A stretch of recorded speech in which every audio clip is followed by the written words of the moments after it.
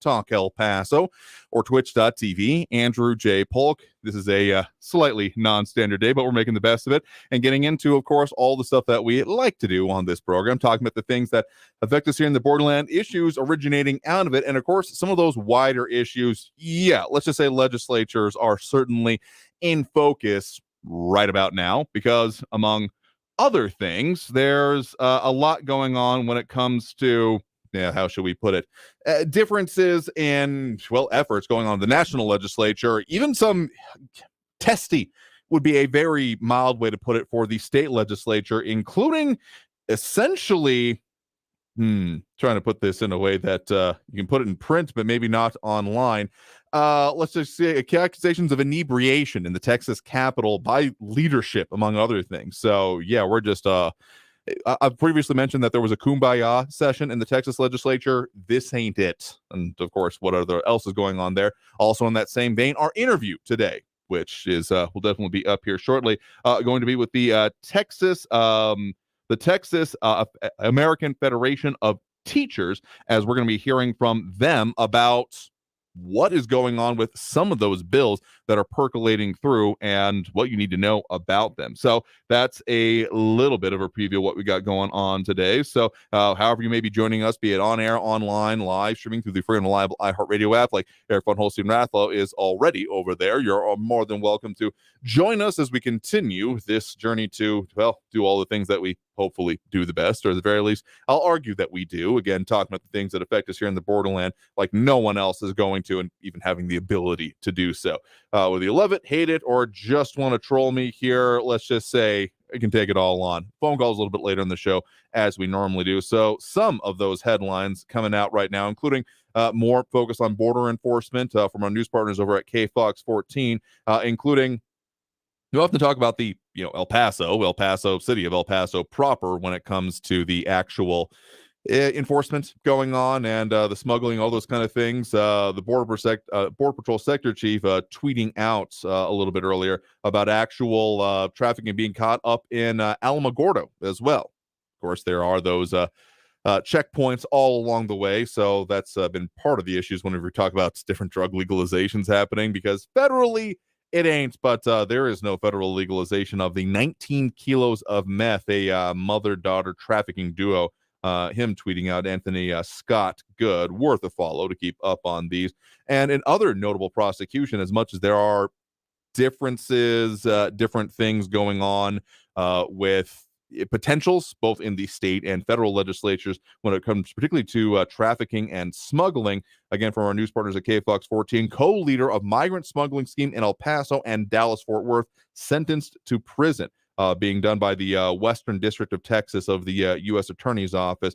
Going to spend 4 years in prison and 3 years of supervised release for transporting 124 undocumented migrants, as announced today. Ana Maria Villa Flores, 40, of Moriela, Michoacan, in Mexico, quoted as and stated as being the coordinator of a smuggling group of 22 undocumented non-citizens from El Paso to the Dallas-Fort Worth area with a co-conspirator in 2021.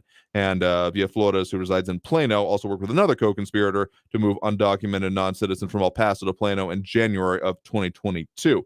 So investigation showing held accountable specifically for 124 different offenses of these, and sentenced on one count of conspiracy to transport undocumented migrants on May 5th. And so there's, if not exactly unhappy about there being more prosecutions, more focus on these kind of things, because as much as there has certainly been a lot of focus in the news and other coverage on differences on, what the levels of humanity have been, among other things, doing those that are like specifically facilitating and in a lot of cases profiting off of it, maybe get a little bit more to the heart of the issue, because sure, there's an impetus and other factors that we're going to continue to discuss with it, but getting to those that are, like, again, in the process, making it happen is a little bit closer. It feels like, if you want to take it another way, as opposed to going to the junkie on the street, you're going to the dealer who's supplying it.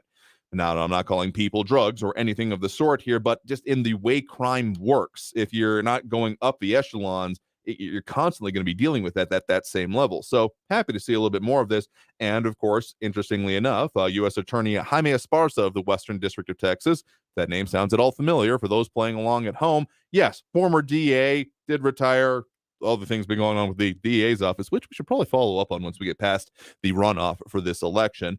But, of course, in charge of this, quoted as saying, as demonstrated in this case, our dedicated partners and Homeland Security investigations and the U.S. Border Patrol remain vigilant in their pursuit of justice. This dismantling of this alien smuggling organization is a testament to their commitment and tireless effort. And specifically, Special Agent in Charge Francisco Barola from Homeland Security Investigations in El Paso saying, quote, individuals involved in the illicit movement of human cargo into the country and then on to further destinations within the United States have a callous disregard for the value of human life and are placing profit ahead of public safety. Yeah, not much I'm going to disagree with it in that particular statement because, I mean, seriously, these people are not here out of the goodness of their heart. They're not doing this because they care about the people they're being smuggled. You don't put people you really care about in buildings that are locked from the outside, as some of the stash houses have been found here. But this is, of course, just kind of the appetizer for a whole lot more action. We've talked a fair bit about what's going on at the state level, the particular change purposes of border security forces. But interestingly enough, a new bill that has there is a path forward, though maybe not the most obvious one being reported on widely both across the country, but also including here at home, both by our news partners at KFOX 14. Specifically, going to be referencing the reporting done by El Paso Matters here. Escobar, Florida Republican Salazar offer bipartisan immigration reform bill. Working, again, as part of it, haven't delved into all of the details of it, but they're calling it the Dignity Act of 2023, which El Paso Matters note would grant legal protection to millions of people currently living in the United States without documents, expand border enforcement agencies, and refine their mission, and overhaul the asylum process. Escobar, in a interview with El Paso Matters, said, quote, in my view, the status quo is unacceptable. It's absolutely unacceptable. And inaction from Congress is making things worse by the day. And I think no one knows this better than El Paso. And then Salazar, full title, U.S. Rep. Maria Elvira Salazar, Republican from Florida, saying, quote, in a statement, our broken immigration system is frustrating Americans, causing people to suffer, and fracturing our country economically, morally, socially, and politically. A solution is long overdue. So, of course, the path forward to this is tricky at best. House Republicans and, again, the national legislature have already passed an item, the Secure the Border Act. If that's not the exact title, close enough. But this has not been actually allowed to come to a vote just yet. So this is going to, the path forward for this particular effort would have to be doing, as El Paso Matters notes, a discharge petition. That they also know has only been done once successfully in the past 20 years. It does require a majority of House voting members to force it to come from committee before the full House. So we'll see how that works. It may not be totally the comprehensive. We're going to have to delve more into the details of exactly the mechanisms it's going to want to look at, as we have a lot of people tuning in over on the social media. Appreciate you all doing that, including Austin Redburn saying, hey, Andrew and fellow Talk El Paso fans, Flaco Jimenez, and Eric McDev asking if the interview that we have with the American Federation of Teachers Texas, or Texas AFT to be exact, previously recorded, but we're getting into the details on some of the things that have been, well, some of the contentious parts, though maybe not the most contentious part of what's going on in the Texas House and Texas legislature in general at this point, as we also have Ambra Banda and Ida Beza Gardner chiming in with us here. So tell you what, due for that first break of this hour right now, I am your host, Andrew J. Polk. A lot more that we'll be getting to, and a lot more we'll be talking about getting into those interviews after this break. So stay tuned. More Talk El Paso after this here on News Radio 690 KTSM. Phone calls a little bit later. Comments still going on. Keep those going. We'll pop up the relevant ones. In any case, more Talk El Paso here on News Radio 690 KTSM. Stay tuned.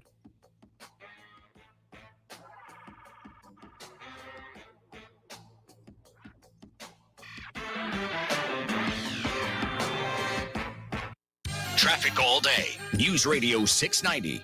I-10 westbound still a little slow. Some residual slowing from an earlier accident. I-10 westbound at the Yarborough exit. Crash is cleared and the backup has disappeared. Police still working an earlier crash. South Mesa Hills northbound at Sunland Park. Got a disabled truck on the right shoulder. I-10 eastbound at Hawkins. Carrie Edwards, El Paso traffic. This report is sponsored by Audible. Kickstart your imagination with Audible. Hear celebrity and music memoirs, mysteries, true crime, and more. Audible is the home of storytelling. audiobooks, podcasts, and originals. Sign up for a free trial at audible.com. I always wanted to learn Spanish, but I never thought I'd have the time. Then I discovered Babbel. Babbel's lessons are fun. They only take like 10 or 15 minutes, and in 3 weeks, presto, you're starting to speak another language. Like magic. I love that Babbel's lessons aren't just robots talking. They're voiced by native speakers, so you get the pronunciation just right. And they're designed by real language teachers, so you learn how to have real-world conversations, things you'll actually use. It's incredible. After using Babbel, I'm ready to start having real conversations in French. There's all kinds of ways to learn. Use Babbel's podcasts or games or videos. You can even join live classes with a language teacher. If you want to learn a language, there's no faster, easier, better way than Babbel. Babbel. Babbel. Babbel. Évidemment.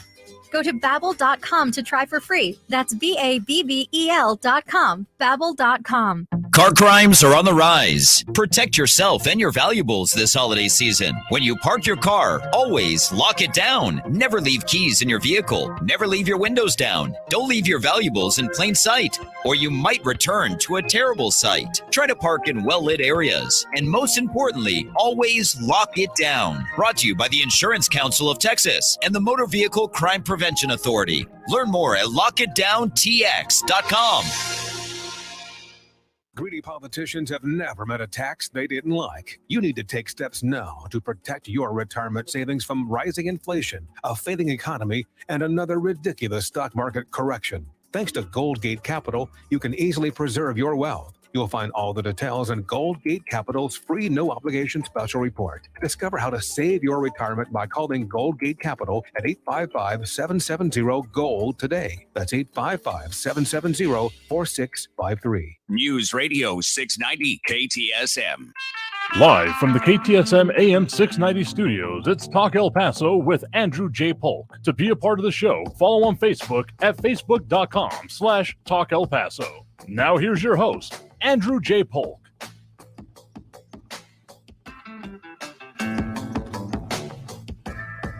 Thank you all so very much for joining us here for Talk El Paso, airing live on News Radio 690 KTSM. I'm your host, Andrew J. Polk. Thank you for tuning in however you may be doing so, be it on air, online, live, streaming through the free and reliable iHeartRadio app, or joining us over on the various social media pages, Facebook, YouTube, Twitter, and Twitch, either under Talk El Paso or Andrew J. Polk.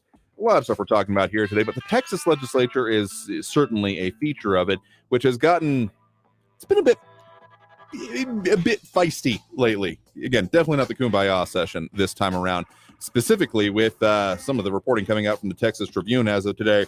I'll just read the title for here. Ken Paxton calls on House Speaker Phelan to resign, accusing him of being drunk in the Capitol. Yeah, it's worth noting that these guys are both Republicans, both in leadership positions in different ways. And Ken Paxton, Attorney General for the state of Texas, wading into this. But the issues have been going on before this, particularly as sticking points over legislation. And one of the major ones going on right now, among many others, as we're at the crescendo, the fever pitch point of this session, is school choice, vouchers, saving accounts, how you want to put it here. The idea of that has certainly been, well, threatening special sessions already and potentially funding mechanisms overall for, well, education in the state of Texas. So was able to catch up with the president of the Texas American Federation of Teachers, the, well, again, state chapter of the National Teachers Union, to get their perspective on this and particularly some of the polling they got going on with it. So here is that interview. Enjoy. Joining me now, we have Zeph Capo, president of the Texas American Federation of Teachers. Thank you very much for joining us today. Thank you. Happy to have you all on because there's been a lot of discussion about education, priorities therein, and of course, this ongoing Texas legislative session. As of last check, there has been some 11th hour efforts essentially going on, though there also have been more than veiled threats by the governor of Texas, Greg Abbott, towards a special session on the issue of school funding. And specifically, there's a bunch of different ways it's been described, but I think what could most be broadly put as school choice, public funding for potentially private school, depending on the choices of individual Texans and depending on the version that has come up so far. But for y'all's perspective, you all have been doing, as these conversations have been going on, some research into essentially what has been going on, the differences, the real kind of not exactly rural and urban divide, but it definitely has been some of the more rural parts of Texas, including those that are representative by members of the Republican Party that have been a stumbling block in this. And so you all were putting out some new research and new polling. Specifically, what is that polling, and what is the perspective that you all have on it? Yeah, thanks for giving an opportunity to really talk about this, because I think it's really important. And the polling really shows us that it seems that those rural legislators are actually acting in the interest and at the will of their constituents. What we're finding is that 42% of the voters in these rural districts that support a voucher program that would be funded by public education dollars would give an average of $8,000 to a student. And this is what is now currently being proposed in House Bill 100. That's only 42%. So a full 58% of those in these rural areas do not support it. And that number goes down when you actually start applying plain talk language to what the school voucher program, or when you start to define what you're talking about when you say school choice, that support drops to 37%.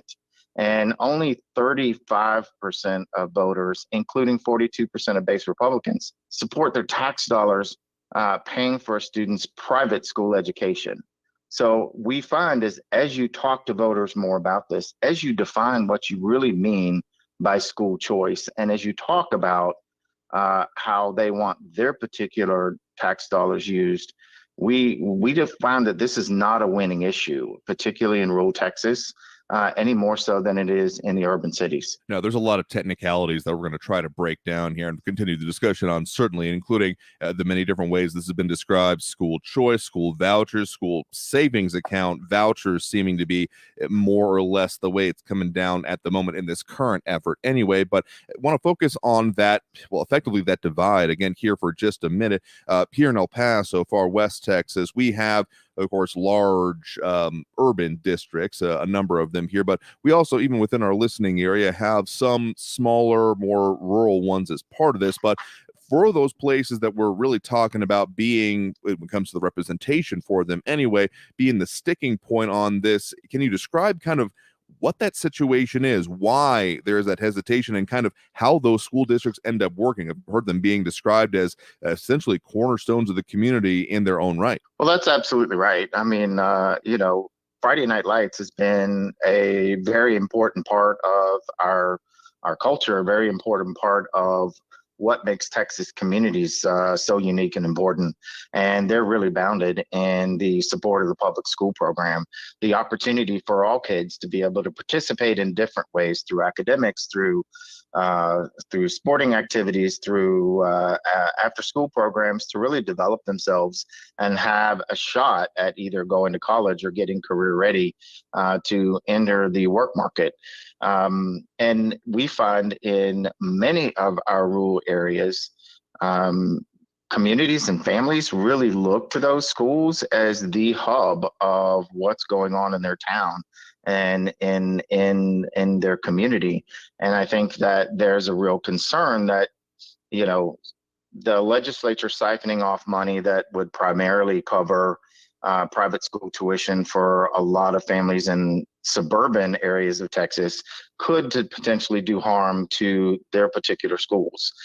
So you really see a kind of a coming together of families in urban areas that often have school districts there where per pupil funding is far lower, just as in rural areas, coming together around wanting to make sure that their neighborhood schools, their public schools, are fully funded first and foremost, before even considering any of these potential ideas that could siphon off dollars or make the schools worse off than they are.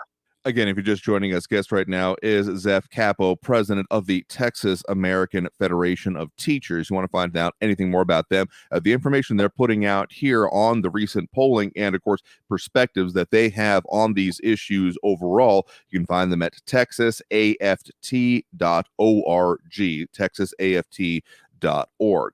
So that's, you kind of alluded to the next question I had there about, what is the concern about this, about changing formulas, about potentially siphoning off money. And you kind of said at the top there that about $8,000 per year, at least in the current form and format. There have been different versions that have been going through that would involve them being this being for all educational expenses, not just for other institutions. But really, part of the thing here is, at this moment in time, is that Texas Governor Greg Abbott has made this one of his emergency items, specially designated issues that he put forth, among other things, during the Texas State of the State address, and has now come out and, again, more than just veiled, pretty much directly said that he will call a special session if this is not done. This is that much of a priority for him. So with the specter of all of this, and again, some of the polling and stuff that you're looking at, what do you see as the likelihood, the possibilities for this current effort as it stands within the Texas legislature?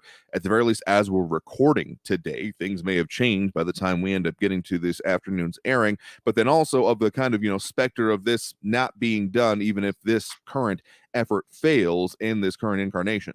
Well, the governor is an important person and a figure in our state, and certainly there is concern for us that he is pushing so hard to fund a privatization scheme rather than making sure that our public schools in Texas are taken care of first.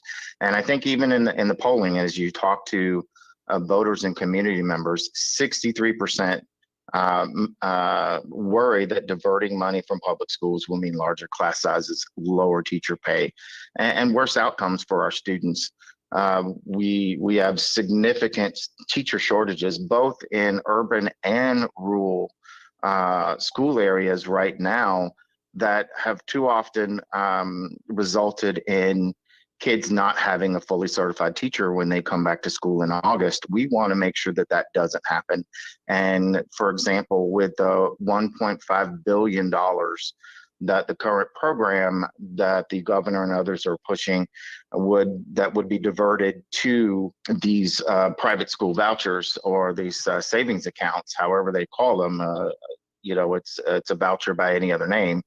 That same dollars would actually allow you to provide a $4,000 increase for every certified teacher in the state of Texas, meaning that we're likely to keep more of those teachers when kids come back in August. And it would, that same amount of money would provide a 2.5% salary increase for every school employee in the state of Texas. So what we're talking about is a significant amount of funding that could actually do good for our kids, do good for our communities. And that's what we find in this polling. And when we were talking with voters, that majority support increasing funding for these issues. 62% think that we spend too little money on K-12 education. 70% of the voters in these districts, including 62% of Republican voters, believe that the state spends too little on school teacher salaries. 84% of voters in these districts and 80% of base pay Republicans support increasing funding for public K-12 schools to reduce class size and increase teacher pay. That sounds like a heck of a lot bigger priority to many of our communities across the state of Texas than what the voucher bill is that they're proposing right now. And we think that it's vitally important that we take care of the important things first. And we heard very early on that we could provide private school funding and vouchers and still fully fund public schools at the same time. And what we're seeing is there is not a will to do that in this legislature right now. There's certainly not a will to do both. And it's going to come down to, we're going to end up doing one or the other. We're either going to fund public education, increase teacher salaries and teacher pay so that we can actually fill the gap and fill the void in our classrooms, or we're going to give away this money to, basically attend schools that have no oversight and no way to determine whether these dollars are actually doing Texas taxpayers the good that they're supposed to. So yeah, the current bill as it stands, that HB 100 we were talking about, still faces a rocky path, if path truly exists at all, ahead to get through before, effectively in the last week, give or take, of this session, once you take Memorial Day into account, certainly as well. But again, you mentioned, of course, Governor Greg Abbott, very important figure in all of this. And when it comes to special sessions, he is entirely in the driver's seat and will decide what it is and will set a very narrow focus if he so desires. And given the fact that he has said about this, I guess just speaking out of reality and of what you think are the odds of things moving forward, this one, again, I wouldn't even give it even odds to personally, but of this issue overall and of this coming back, maybe in a renewed form, we're kind of in with, again, this current effort, last ditch efforts type of territory and type of quality of action, I would say, going on right now. But if this were to come down to a whole new ball game, new bills potentially being drafted and things like that, given the fact that this has been something that the governor has essentially staked part of his political reputation on, do you think that there is a path forward towards what you're talking about, wanting to see the funding, with also still a part of this in play when it comes to, again, school choice, school vouchers, etc.? Yeah, that's a really good question. There's certainly always the potential for these things to pass, at least until the 29th of the month. So we would definitively be watching every single moment of the day until sine die, when the legislature gavels out. As it looks right now, it doesn't seem like the support is there. A lot can be done behind scenes, behind closed doors, and we've certainly seen that in the last couple of iterations of how these voucher bills have come forward, from the Senate and then substitutes in the House. But it doesn't seem like the votes are there at this particular point. And I think that was what was really important for us, this latest round of polling. When you speak plainly with voters and educators, and as they continue to learn more and see what's happening, it seems like the support is going the other way. It's going the opposite direction. The more people learn about the vouchers and what the potential impacts are, the less they are inclined to be supportive of those measures. And there's a reality. Most of Texas loves their neighborhood school. Unfortunately, sometimes schools and school districts are kind of like Congress. We love our individual congressperson and don't like Congress as a collective much at all. And that's from probably both sides of the aisle. Unfortunately, our schools and the state school system sometimes gets that same focus and picture. Most people love their neighborhood schools, but when you start asking questions about the district and the state, we're not doing enough, where, we need to be making improvements. And certainly that's the case. We can always improve. We should be continuously trying to improve. But what we should not be doing is dividing and creating new, completely separate systems that have to be supported by what is frankly a meager tax base at this particular point. Concerned is probably not the right word. I think that I'm wondering if the governor really wants to call a special session around this, particularly as we see, as more voters become educated, the less they're supportive of school vouchers. It certainly would be a decision to double down if you call a special session just on this particular issue, because if it still doesn't have the support during the 30-day special session, you've put yourself in a box, and it's yet to be seen if they're actually willing to do that at this particular point. What I do think may be more realistic, and what it seems like is going to happen, is schools, school districts, teachers, and school employees are going to be punished. If we can't pass school vouchers, then we're not going to pass a pay raise bill, then we're not going to provide the additional appropriate funding to public schools at a time when we've been able to show the data We've released it on our website. We've released it publicly to the media that many of our school district employees, when you look at their salaries over the last decade, they're actually deeply into the negative sphere and what their actual dollars are providing because of inflation. And the funding for schools has not been adjusted for inflation in a significant amount of time. So you have many of our teachers that are working out there 10, 15, 20%. Their salaries are 20% are valued at 20% less than what they were 10 years ago. And that's not sustainable, not if we want to keep people in the profession, particularly not if we want to keep the best in the profession. Again, that's Zeph Capo, the president of the Texas AFT. Continuing our conversation with him, got to take that break right now to hit that bottom of the hour news. So coming back, we'll get more on this. We got some of y'all's questions coming and popping some of the comments up as well. But in case it was at all unclear, this was recorded a little bit earlier today when we had the availability to do this interview. But some of the questions y'all are asking are addressed, particularly in this next segment, more than just the current issues. What are some of the larger ones and what could be the outcome with this whole issue? So got to take that next break right now. Coming out of this, we'll be getting to more of our interview, the conclusion of it, and a little bit closer to the phone lines. Anyway, probably towards the top of the hour with that. So stay tuned. More Talk El Paso here on News Radio 690 KTSM. Back in a minute. El Paso's News Radio 690 KTSM. Hello, everyone. This is Robert Olguin with your KFOX 14 News Update. El Paso Congresswoman Veronica Escobar and a Florida Republican are introducing a sprawling bipartisan immigration bill, hoping to break a decades-long stalemate in Congress. The Dignity Act would try to address many of the sticking points for both major political parties. The bill would also revamp the asylum system, slashing legal backlogs and providing a path of legal status for millions of undocumented immigrants already in the U.S. In El Paso, police responded to a serious rollover crash on the east side this morning. It happened on Montwood and Catnip. According to police, only one car was involved in the crash. Medical crews responded, but no further information was immediately available. This has been your KFOX 14 News Update. I'm Robert Olguin. News Radio 690. Traffic all day.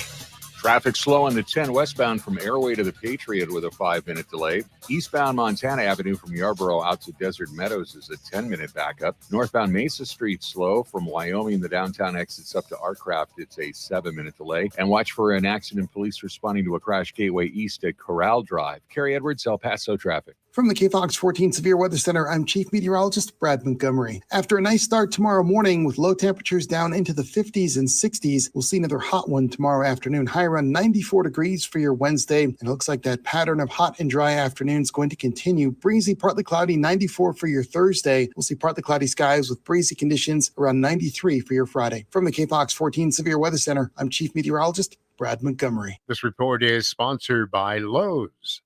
Finding a great hire can be a challenge. That's why there's Indeed. Their powerful hiring platform makes it easy to attract, interview, and hire candidates. Visit Indeed.com/credit and get $75 toward your first sponsored job. Terms and conditions apply. Finding a great hire can be a challenge. That's why there's Indeed. Their powerful hiring platform makes it easy to attract, interview, and hire candidates. Visit Indeed.com/credit and get $75 toward your first sponsored job. Terms and conditions apply. This report is sponsored by Indeed.com. News Radio 690 KTSM El Paso. Live from the KTSM AM 690 studios, it's Talk El Paso with Andrew J. Polk. To be a part of the show, call 915-544-KTSM or follow on Facebook at facebook.com/Talk El Paso. Now here's your host, Andrew J. Polk. Thank y'all so very much for joining us here for Talk El Paso, airing live on News Radio 690 KTSM. I'm your host, Andrew J. Polk. Thank you for tuning in, however you may be doing so, be it on air, online, live streaming through the free and reliable iHeartRadio app, or joining us over on the various social media pages, Facebook.com/Talk El Paso, the Talk El Paso channel over on YouTube, Twitter at Talk El Paso, or Twitch.tv. Andrew J. Polk. A lot of comments coming in there, particularly on this issue, which we've talked a lot about. What's percolating through a lot of the priorities that have been put forth by elected officials, particularly, both in the House, but the governor weighs large on this whole discussion whenever it comes to schools, school funding, and some of the comments that y'all been bringing up here. Louis Pinato saying Texas education system very heavily burdened by very bloated bureaucracy. That's the real problem. Some others about it, competition that we popped up on screen. Ion Grimm wanted me to ask specifically about why the unions don't push harder for bigger pay raises for teacher, the ones that have the power to get the teachers better pay. And that's a little bit we're going to get into in the continuation of this interview, again, previously recorded earlier today. But a lot of other questions, including Louis Pinato asking, I'm wondering if there's a reduction in taxes if vouchers are approved. To my understanding, at the very least, some of the proposals that may or may not make their way into law by the end of this session, and therefore may or may not show up as the proposals next session around, my understanding is basically not, because sure, there are the accounts that would maybe be set up either as spending accounts or direct transfers to other institutions. But there's also been part of the compromise about some of these issues. The polling that the Texas AFT have done has been around the idea of backstopping local school districts, at the very least for like the short term, and that's part more of the sticking point. But getting into some more of those larger concerns, continuing on with our interview with, again, Zeph Capo, the president of the Texas American Federation of Teachers. Joining me again here is Zeph Capo, president of the Texas American Federation of Teachers. Thank you very much for sticking around with us. Thank you. Glad to be back.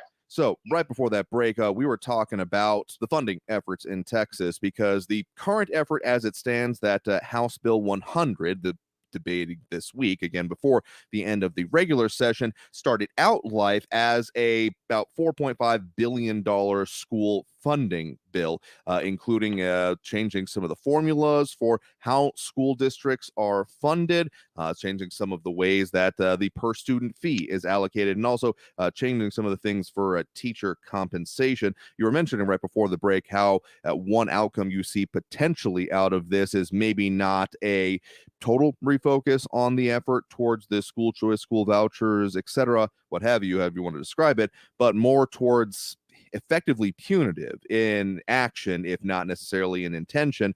That's, I mean, if it doesn't go forward, therefore things like the school funding and changing of those formulas don't go forward at the same time. From y'all's perspective, of course, as a union representing teachers in Texas, what kind of impact would that have on, well, the profession of teaching in Texas if this does not go forward or something like it? I think it's going to have a detrimental impact. We're having a hard enough time trying to retain the teachers that we currently have, much less interest new teachers into coming into the profession. Unfortunately, Senate Bill 9, which would have been the bill where teachers may have seen a raise, that was presented in the Senate, actually started off and it had some really great things in it that could have made a difference. Unfortunately, where we are now in the session, I'm not sure that bill is going to come out in any way, shape, or form that we could actually support. And the funding issues from going from a starting point, or where we thought was a starting point, of a $2,000 raise for teachers. I believe the latest Senate proposal has a school safety allotment that goes from that it was increased by 23 cents. Which is not effective. That I'm not sure that the $2,000 per teacher is even still in the latest version and where it will be. So if they're not able to get these things done, then we're going to have a really tough time, and we're going to be very dependent on what local school districts can do to attract and retain teachers. There's been a lot of reporting going on about the state of teaching in Texas. I mean, some of the reporting that stuck out to me anyway has come along the lines of that there are some teachers out there essentially waiting with bated breath to decide, based on what comes out of this session, if they will even continue in the profession or leave it entirely, almost based on the results of this. I mean, there have been, you mentioned some of the changes that have or have not been seen in this case since effectively before the pandemic, among other things. I mean, how serious that of is a concern for y'all about there being like not even just a over time, but an almost immediate effect if something like funding formulas and therefore raises doesn't change? Well, it's a tremendous concern. We earlier in the year, I think it was 66% of our members had told us in a survey that they were considering leaving. That number has done nothing but grow as we've gotten through this school year. To the last check-in, it was well over 70% that were thinking about leaving, and if they had a job position that would provide them with increased or equivalent pay, then they would go elsewhere. They would leave the profession altogether. we're seeing this manifest itself right now. To your point, we have people asking us these questions. We've already started to see people turning in their resignations for the end of the year. We have people that are waiting to the last minute to turn in their resignations to see what actually is going to happen out of this session. And it's not just the funding issues that are driving this question.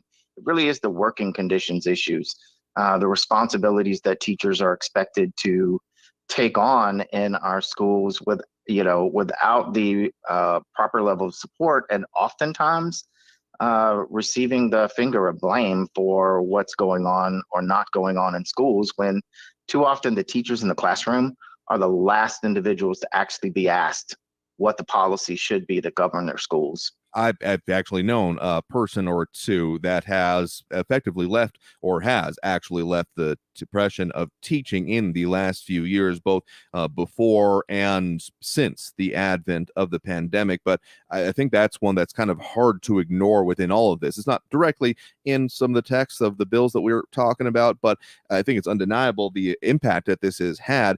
I mean, how much has changed, or how much has even the considerations of it changed when it comes to teaching, particularly in Texas, since, I mean, all of the things, I mean, some of the phrases that come to mind, flying the airplane while still under construction with it as well.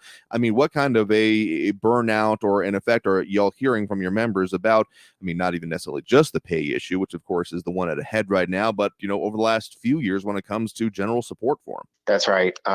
It's been going in the wrong direction. And even some of the pieces that are attempting to maybe be supports or could be supportive often get implemented in such a way that doesn't actually take the needs of the classroom-based teacher into play, that the results that they were looking for seem to not materialize. For example, to your point, in this session, we approved, I don't know how many billions of dollars for a new curriculum writing session that is going to allow TEA, the state agency, to make a lot of the decisions about what is taught and how it's taught in particular schools.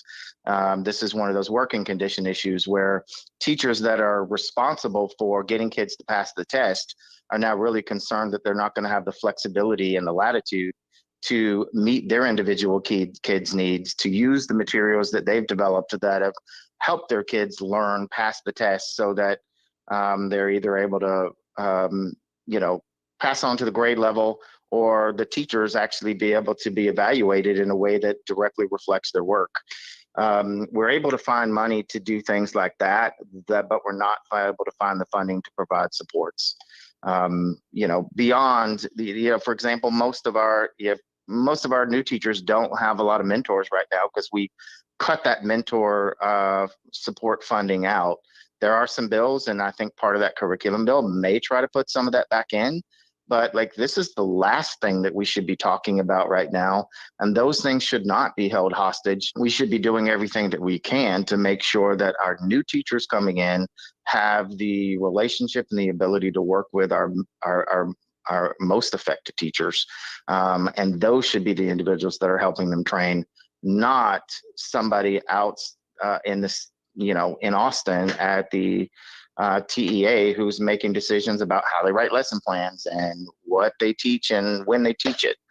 This is the problem with education. And that's a frustrating part for us, because one of the tenets that used to be I think one of the platforms of the Republican Party that I fundamentally believe in, and that is local control. I do think that government is best when it is closest to the people, because what happens in smaller districts like Fort Stockton out in West Texas is going to be very different, and they're going to have different needs than what they may have in the inner city in El Paso.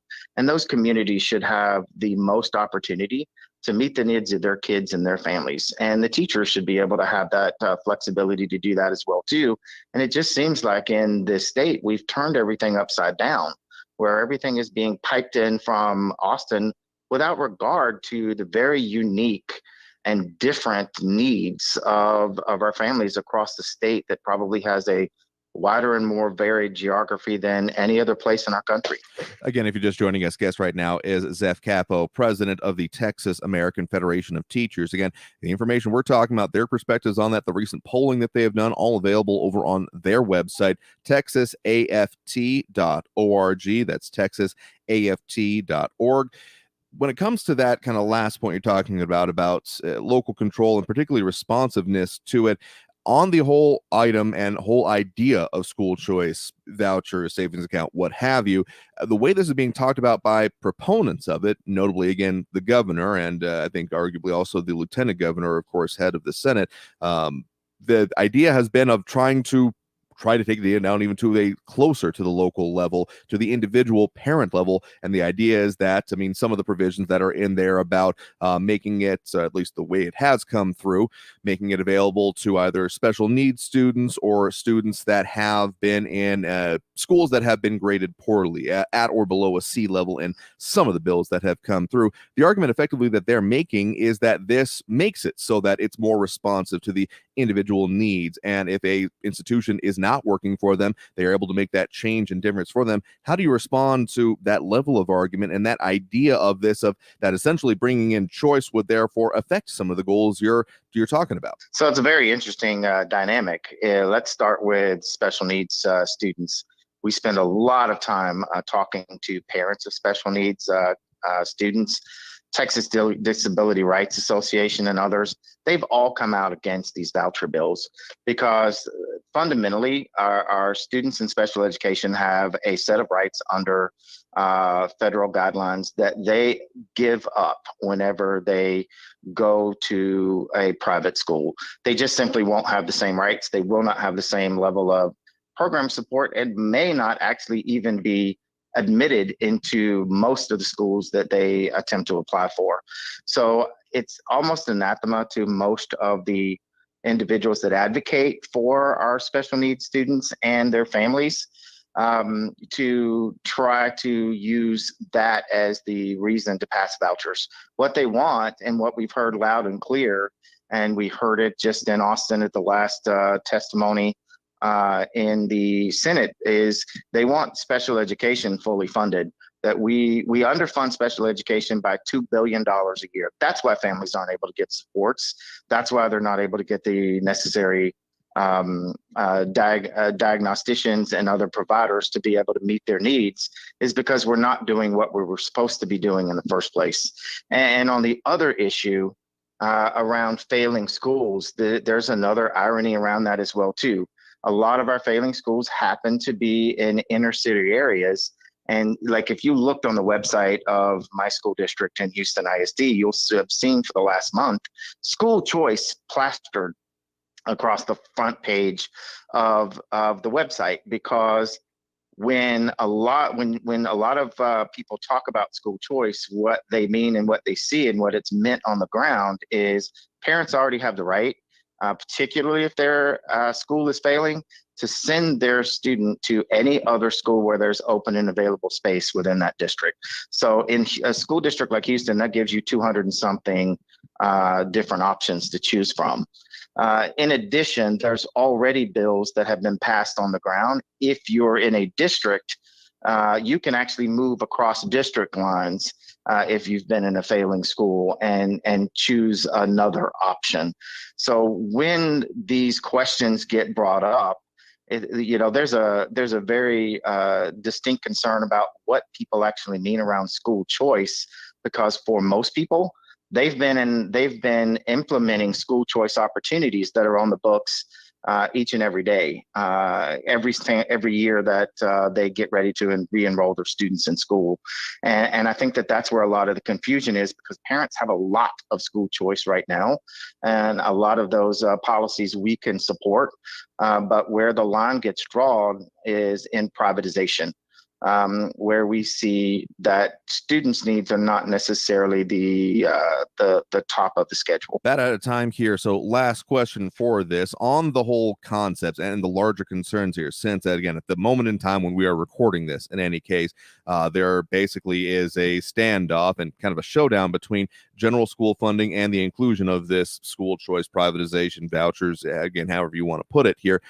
In general, though, outside of any specific efforts, which again have been continuously changing and probably will continue if we do end up going into a special session and this current effort fails, is there any level of inclusion of this that would be acceptable to y'all? Any way that it has been proposed when it comes to, school choice, savings accounts, etc., that would be more palatable than not, if even possible? Or is that not even a part of the consideration when it comes to y'all end at this point? So there definitely have been some things that we've been thought about, me individually in particular, when they've talked about special needs students. I am not opposed to providing private facilities for our special needs students if there are particular programs that those private facilities can provide to kids that we can't provide in the public school system. But the difference is not handing somebody an $8,000 voucher, because first and foremost, that's not even going to that's not even going to get them past day one in a lot of the facilities that house the programs that are most needed. I could be okay if you allowed or provided additional funding to make sure that families that would benefit from private settings or private program placement that got approved through their ARD committee, their admissions review and dismissal committee. At that point, it's the practitioners, it's the teachers, it's the diagnosticians, it's the counselors and the parents sitting down together, evaluating what opportunities are there and making the best decision for that particular student and child. And what happens often, and I've been in ARD meetings as a teacher, where the best option for a kid could be a private placement, but we don't have the funding in the public schools, so administration will fight against that. So there are places where I would like to see funding increased so that doesn't have to be a fight. If the state wants to pay for private placement and do something for special education kids that would be necessary, then provide a fund to allow our ARD committees, the people who know those kids best, to be able to make the best decisions for them without it being a drain on an already underfunded public school system. Because most of these placements we're talking about could be $30, $40, $50, $60,000 a year for individual kids. There are instances where we could be talking about how we could do that right and do that in the best interest of students. But when it comes to simply handing people a piece of paper that too often we've seen from studies across this country, it's usually families that don't need it that take it first because their kids are already in private school. And then it also puts our students in places and our systems in places where there's very unequal treatment. There is not a common system to be able to evaluate and hold them accountable. If you're going to provide public money to private schools, they need to be held as accountable as public schools, which means they need to take the test. They need to be under the accountability systems. We should not have the state picking winners and losers in that aspect. Again, guest right now, Zeph Capo, president of the Texas American Federation of Teachers. Again, any information about anything that they have put out, their perspectives on this, the research, polling, etc., texasaft.org. That's Texas, spelled out, aft.org. So, Zeph, thank you very much for taking the time to speak with us about these, lay out some of the both current and larger overarching issues surrounding all of this and education in Texas here today. Thank you for asking, and thank you for having me. Then thank you all for joining us here. We got to take that next break right now, right up against the top of the hour here. So we're going to go ahead and open up those phone lines as we usually do and get to them into the second hour of the program here. So if you want to get on that line, add your 2 cents. A lot of comments that we'll keep getting into here, but that phone number, of course, 915-544-5876-544 KTSM. Back after this break with more Talk El Paso and the top of the hour news on News Radio 690 KTSM. Traffic all day.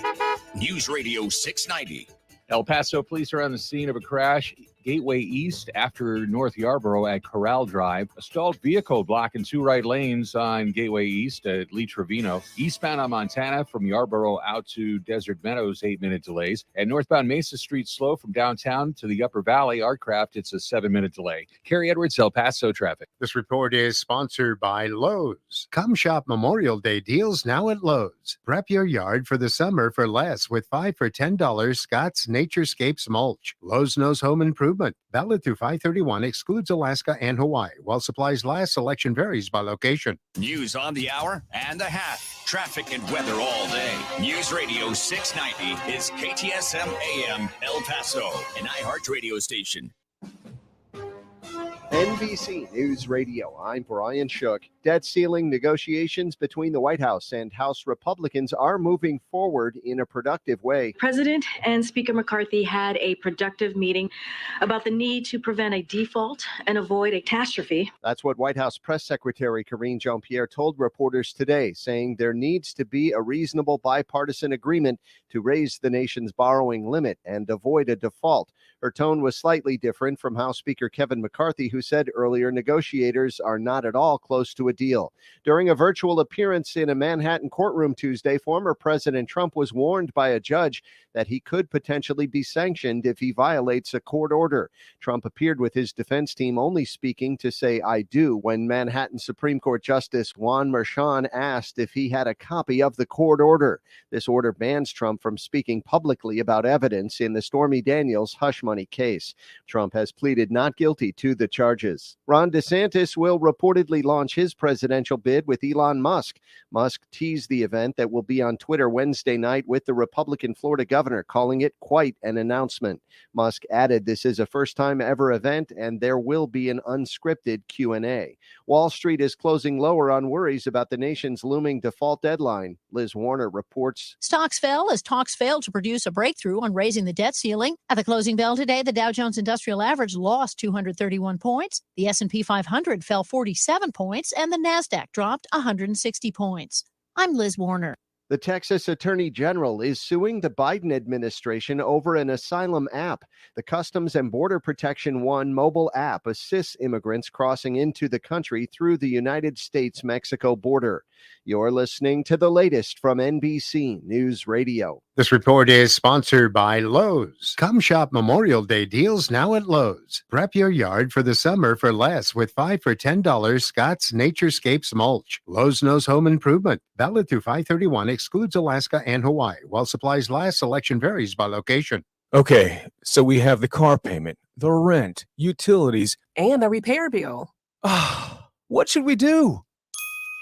I know. I'm going to CashNetUSA.com. I can apply in minutes, get an instant decision, and if approved, we could have the money in our account as soon as the same business day. When you need money fast, be the hero. Go to CashNetUSA.com to apply for the money you need now. The exact timing as to when your loan funds will be available will be determined by your banking institution. Help the planet with a tip from iHeartRadio Earth. Education doesn't just take place in the classroom. There are many ways children of all ages can learn about sustainability and the environment at home. Visit iHeartRadio.com/Earth for a list of resources, activity guides, and toolkits that are educational and fun for the whole family. Brought to you by iHeartRadio Earth and the National Environmental Education Foundation. To find more tips for smarter, sustainable living, or to take action in your own community, go to iHeartRadio.com/Earth. iHeartRadio Earth is here with a new way to enjoy our beautiful planet. Reduce your impact on the environment this fall by packing a waste-free lunch for school or work. Avoid foods with excessive packaging. Use reusable cutlery, napkins, cups, bags, and containers, and recycle or compost any waste when possible. Brought to you by iHeartRadio Earth and the National Environmental Education Foundation. To find more tips for smarter, sustainable living, or to take action in your own community, go to iHeartRadio.com/Earth. Hey El Paso, Ivan Ochoa, General Manager of Sun Up Park Crusher Dodge Jeep Ram Fiat. I have a huge announcement. Thank you for making us #1 in total sales this year. To stay #1, we're offering the biggest savings ever. Hey Jojo, tell everyone about our exciting offers. You got it, boss man. Get huge savings on the biggest selection of new and certified pre-owned vehicles in El Paso and surrounding areas at Sun and Park Chrysler, Dodge, Jeep, Ram, Fiat. Right now, get 10% off MSRP on all 2023 Ram 1500 Laramie trucks in stock. Get $5,500 off MSRP on 2023 Jeep Gladiator Sport. Get super low 2.9% APR for 72 months or $5,250 cash allowance on 2023 Ram 1500 Lone Star trucks. Plus, don't worry about your trade or credit. Our aggressive lenders will push to approve your credit, even if your credit is less than perfect. It's the season of huge savings at Sun Park Chrysler, Dodge, Jeep, Ram, Fiat, at I-10 at Sun Park Drive, or online at sunparkdodge.com. Estamos en tu esquina El Paso Strong. Please factor rebate and dealer discount plus TTNL. 2.9% APR is $15.15 per thousand finance. All select vehicles with approved credit. Offers not combined. A catalytic converter is an important component of your car's exhaust system. It's a total catastrophe if your catalytic converter is stolen. Park in well-lit areas. Install a protective device or etch on your VIN number. Learn more at LockItDownTX.com. Brought to you by the Insurance Council of Texas and the Motor Vehicle Crime Prevention Authority. Sharing your health story matters. I lost my sister to cervical cancer. When I'm teaching about women's cancers, I'm thinking about her, and I'm doing this for her. Joining the All of Us research program means contributing to research that may help people of different backgrounds. This research process will only become better if we have more diverse communities involved. We need to be represented. We need to be part of this medical breakthrough.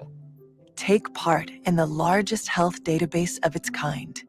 Get involved with all of us because any medical breakthrough that we'll see has to have your input. It has to have part of you in it. Share your health stories today and help guide the discoveries of tomorrow. Learn more at joinallofus.org/NIH. This message is paid for by the All of Us Research Program. iHeart gives you access to the hottest music, events, and deals. But on June 1st, we're giving you access like never before. It's iHeart Radio Access Day, our 24-hour way of saying thank you for listening. Go to iHeartRadioAccessDay.com today. You could be joining Ryan Seacrest for a VIP experience at our 2023 iHeartRadio Music Festival in Las Vegas. Head to iHeartRadioAccessDay.com to register to receive reminders for when experiences like this and more go live on June 1st. Come shop Memorial Day deals now at Lowe's. Prep your yard for the summer for less with 5 for $10 Scott's Naturescapes mulch. Lowe's knows home improvement. Valid through 5/31, excludes Alaska and Hawaii. While supplies last, selection varies by location. News Radio 690 KTSM. Live from the KTSM AM 690 studios, it's Talk El Paso with Andrew J. Polk. To be a part of the show, call 915-544-KTSM or follow on Facebook at facebook.com/Talk El Paso. Now here's your host, Andrew J. Polk. Thank you all so very much for joining us here for Talk El Paso, airing live on News Radio 690 KTSM. I'm your host, Andrew J. Polk. Thank you for tuning in, however you may be doing so, be it on air, online, live streaming through the free and reliable iHeartRadio app, or joining us over on the various social media pages we're up on these days. Facebook.com/Talk El Paso, the Talk El Paso channel over on YouTube, Twitter at Talk El Paso, or Twitch.tv, Andrew J. Polk.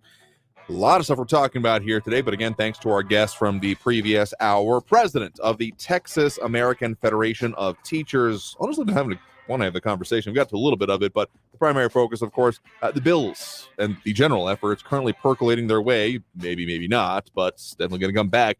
It's not done, and it's not going to be over end of this session, regardless if it doesn't get done. When it comes to school choice, voucher, savings account, however you end up talking about it. So that's some of the discussion here, but also, again, a lot of border security, immigration, new bills being discussed, even if the Texas legislature itself, I kind of glossed over it.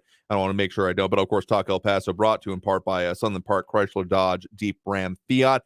Find them. They got the Memorial Day savings event in full swing already. Find bunch of different vehicles with cash allowances or percentages off the MSRP. Again, Sunland Park, Chrysler, Dodge, Jeep, Ram, Fiat, 950 Crockett, right across Sunland Park, from Sunland Park Mall across I-10. So some of the comments coming in and other things, again, just as the mention of the Texas legislature being contentious. Again, that's all the Attorney General of Texas calling on the Speaker of the House in Texas to resign. And saying that he was he's been drunk in the Capitol. Triota a little bit earlier saying Phelan did look and act pretty hammered, or at least buzz, in the Twitter video that is circulating. So I think that's a part of it. I mean, he does wield a hammer, just saying, okay, I know that's not what you meant, but still. And Phelan has had more than his bit of a speaking dust-ups with, again, even other Republicans in the state in leadership positions, notably the governor, and more specifically, it's interesting that Paxton is wading into this because the major kerfuffle has been with the leader of the Texas Senate, that of Lieutenant Governor Dan Patrick. But a lot of other comments coming in, and some of the comments interesting enough here, including about the issues going on, the potentials, private school here. Marky Mandingo actually made me do a little bit of a dive into it right now, saying that DO is full of it. Well, I'm going to paraphrase what you're saying.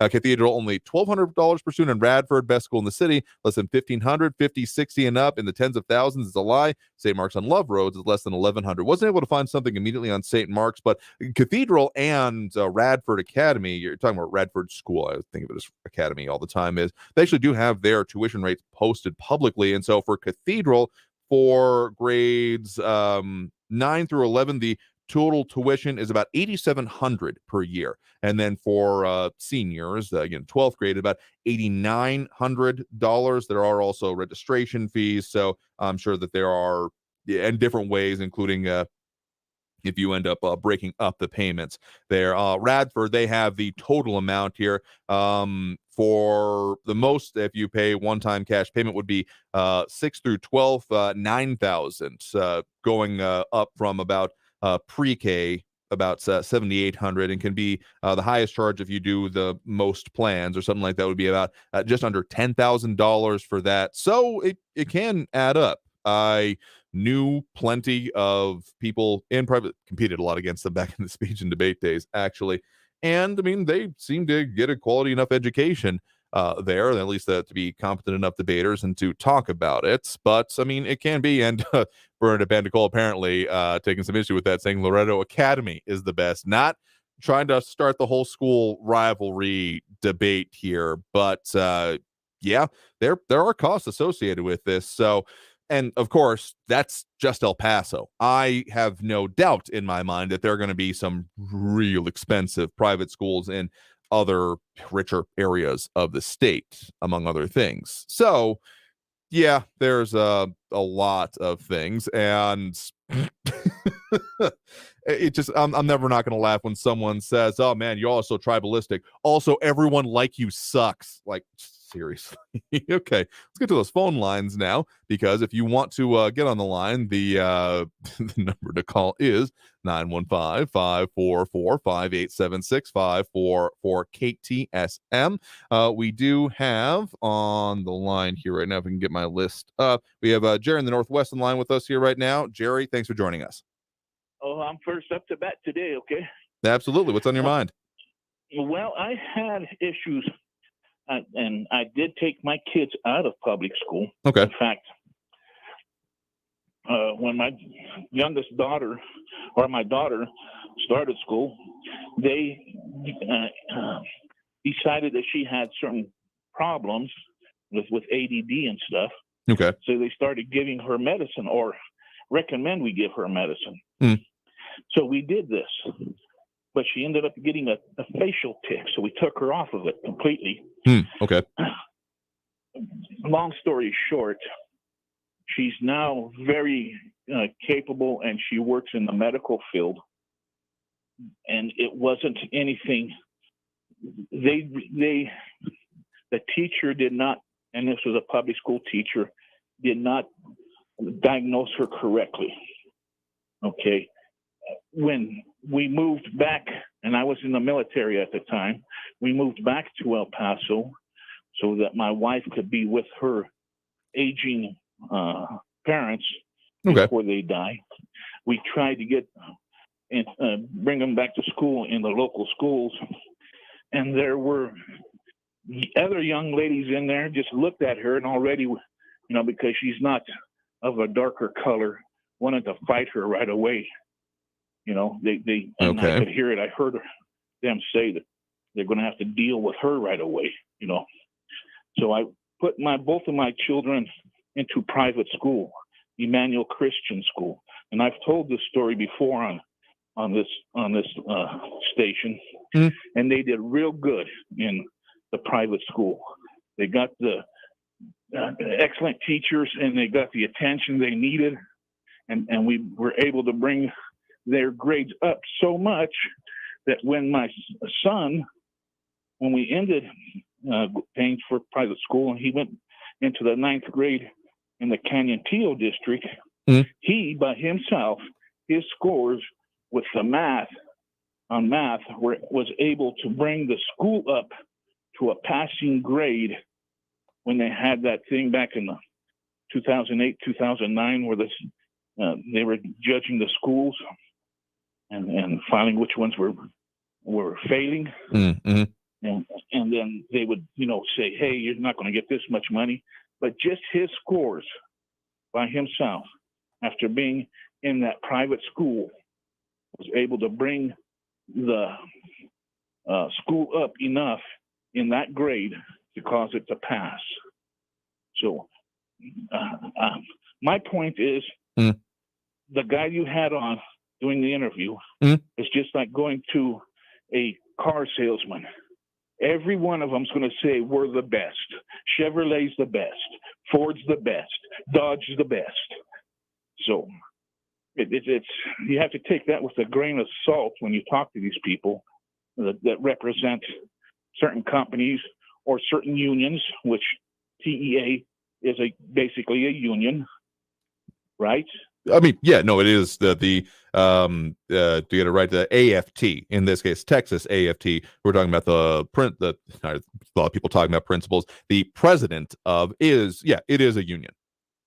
Okay, it's a union. So if he was to say my union sucks, he wouldn't be the head of the union very long.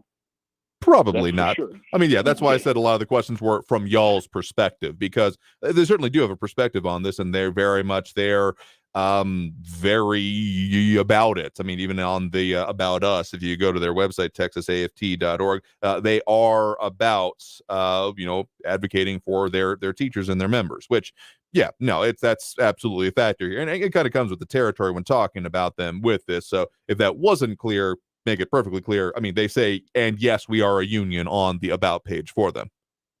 Okay. So with that said, all righty, if they bash their own union and they say something against their own union, then their union members are going to say, we don't need you here anymore. You're no longer the leader of us. Bye-bye. So again, it's just like being in a school. My school is better than your school, because they have the loyalty to the school. When teachers go to the teaching profession just for the money and their heart's not into it, they don't need to be in the teaching profession. So, and I agree, teachers should be paid fairly, but the teachers should not. We have teachers, and especially in the college level, right, professors that are making $400,000 a year. I don't agree with that at all. They're just for the money, and they don't do a whole heck of a lot. They may teach 6 or 8 or 10 hours a week, and the rest of the time they're off doing other things. Sure, and I get what you're saying about that, particularly with college, but I'm going to draw a distinction here between where we're talking about, primary and secondary education, and then when you go on into college and things like that. I mean, you get into things like tenure, research grants, some that I've never at least met or had a teacher myself that were, having those kind of things available to them. Maybe there would be some aspects of where they get like an award or something, but let me just say it this way. I have never met someone who's saying, what's a really good way to make money? Getting into teaching, at least primary school. I mean, most people I've known that have been teachers have gotten out of it because there wasn't the money there. Well, and again, if they're not making enough money, and part of this is not their fault. This is because of inflation, as your man said, as your guest said, because of inflation. But that goes with everybody. We're all suffering from the inflation. It's across the board. Not just the teachers, and that's not the taxpayers' fault. That's the fault of our leadership in Washington, D.C. currently. And the whole thing comes back to we're getting less and we're having more inflation. Well, right now there's discussion between the House and the president, which, according to our own Constitution, the president has no say-so in it. The House and the Senate are the ones that battle out the funding, not the president.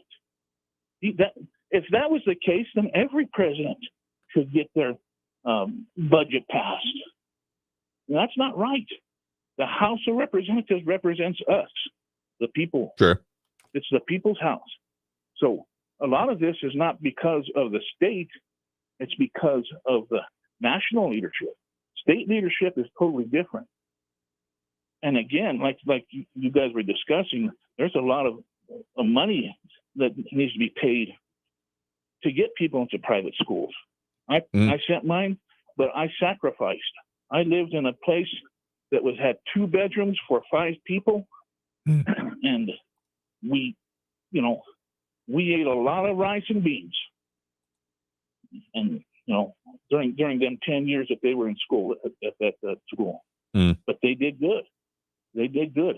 They're not on drugs. They're not having problems with their employment. They both earn good money. One's a welder and one's in the medical field. So it depends upon what you want to do with your kids. No, it's absolutely true. And I can tell that you're very proud of them and the sacrifices you made for them. And it sounds like you well should be. And people have been making these choices in different places. I'm aware of outside of Texas, but some people that I ended up growing up with, they had come from some of the outside of the area school systems, like even outside of the state ones. And in some cases, the private schools were set up because of the dissatisfaction with the actual, public schools available there. And so, I mean, there's an aspect of it if that you feel like it's not working out for you, should have the ability to choose it here. But I think that the real point of it and kind of the start of the whole interview was about the fact that this idea of just open it all up and we'll deal with the consequences, the sticking point that we're seeing, at least in Texas overall, maybe not as much in our area, though there are aspects of it, particularly with some of the smaller districts, is that it could end up burning them down. So I don't know if this current effort will end up moving forward or not, but I know if it doesn't, we're definitely going to have a special session about it. That much I would be pretty certain about. Well, I agree with you, but it comes down to also, why are the parents dissatisfied?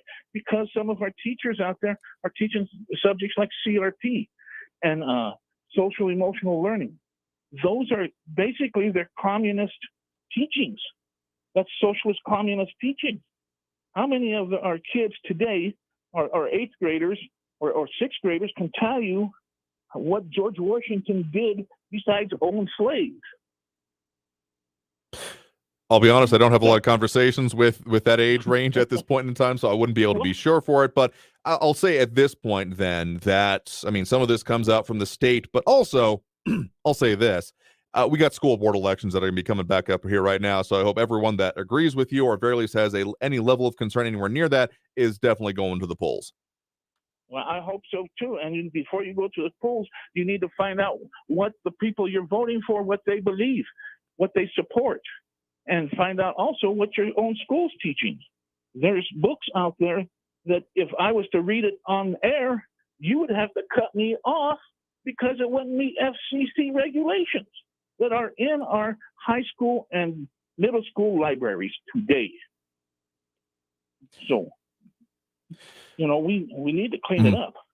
I mean, there's a lot of aspects on this here, and frankly, we could have gone on the rest of the show with just the interview that we had, but for the moment, we'll see how this item ends up making it through. In fact, a tweet just out from yesterday from Governor Greg Abbott focusing on this further, so this ain't going away. I'll make that for sure, and we'll keep checking on with it. So appreciate pointing the call there. You have a good one. For listening to me. Have a good day. You there as well. And with that, let's go ahead and take that next break right now. Coming out of this break, we got more calls in the line. If you want to get on the line, of course, that number to do so is open and available now. 915-544-5876, 915-544-KTSM. Back after this break with more Talk El Paso here on News Radio 690 KTSM. Stay tuned.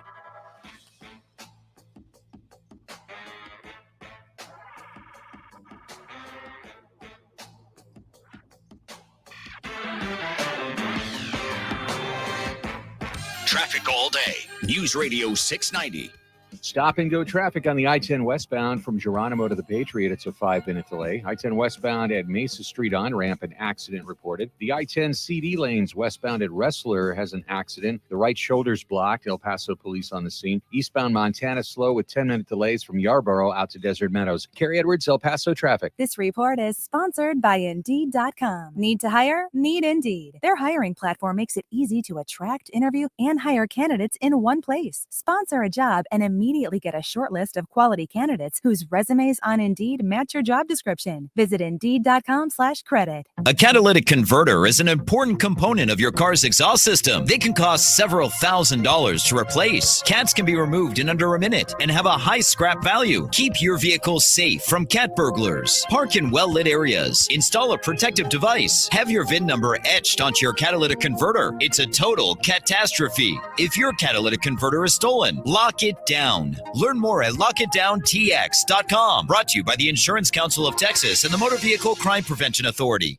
The El Paso Community Foundation supports the causes you feel passionate about here in the borderland. Whether it's education, social services, arts and culture, the environment, health, or economic development, the El Paso Community Foundation has been promoting philanthropy and progress in our hometown region for more than 45 years. Make your mark with us. Start a fund today. For good, for El Paso, forever. Learn more at epcf.org. That's epcf.org. If you're hiring, it can feel like you're trying to find a needle in a haystack. You can hope the right person comes along, or you can just use ZipRecruiter. And now you can try it for free at ZipRecruiter.com/radio. In fact, ZipRecruiter has helped a lot of business owners find their needle in a haystack, like Marco, president of operations at Telly Tires and Auto Centers. Because Telly Tires has grown a lot in the last few years, Marco needed to hire everyone from a receptionist to a store manager to a head mechanic. ZipRecruiter helps me find all the right people, even the most difficult jobs to fill. ZipRecruiter helps me keep my business running. Take it from Marco and millions of other businesses who've used ZipRecruiter. ZipRecruiter can help you find the needle in the haystack. See why 4 out of 5 employers who post a job on ZipRecruiter get a quality candidate within the first day. And right now, you can try ZipRecruiter for free. That's right, free at ZipRecruiter.com/radio. That's ZipRecruiter.com/RADIO. ZipRecruiter.com/radio. ZipRecruiter, the smartest way to hire. A driver who isn't wearing their seatbelt may get a ticket. A driver who isn't wearing their seatbelt during a crash may not make it home. Don't risk it. Click it or ticket. Paid for by NHTSA. Hey, you know what I don't get? Why is that company always telling you to just do what? What is it? To just look like everybody else? Or maybe just pay way too much for your shoes? Well, at Skechers, we know what we want you to do. Just slip in. That's right, just slip in to new hands-free Skechers slip-ins. Why? Because slip-ins are the easiest, most comfortable shoes ever. You don't have to bend down to put them on. You don't even have to touch them. Find slip-ins for the whole family at a Skechers store, Skechers.com, or wherever stylish footwear is sold. A driver who isn't wearing their seatbelt may get a ticket. A driver who isn't wearing their seatbelt during a crash may not make it home. Don't risk it. Click it or ticket. Paid for by NHTSA. News Radio 690 KTSM El Paso. Live from the KTSM AM 690 studios, it's Talk El Paso with Andrew J. Polk. To be a part of the show, call 915-544-KTSM or follow on Facebook at facebook.com/Talk El Paso. Now here's your host, Andrew J. Polk. Thank you all so very much for joining us here for Talk El Paso, airing live on News Radio 690 KTSM. I'm your host, Andrew J. Polk. Thank you for tuning in, however you may be doing so, be it on air, online, live, streaming through the free and reliable iHeartRadio app, or joining us over on the various social media pages, Facebook, YouTube, Twitter, and Twitch, either under Talk El Paso or Andrew J. Polk. A lot to be talked about here today, including finally found the actual statement itself here from Texas Attorney General Ken Paxton calling for the resignation of Dade Phelan. And I actually was looking at that clip where it's saying that it's supposed to be that he's being intoxicated. I think that was from the second reading deadline, in which a lot of stuff was being happened very quickly. So I'm not sure I totally agree with that here, but this is just going to be a very interesting end of the session and the upcoming special sessions. Lots of big contention between the houses, but I don't remember it being exactly like this. Definitely the anti-kumbaya session there. But let's go back to those phone lines now. Again, that number to call if you want to get on the line is 915-544-5876, 544-KTSM.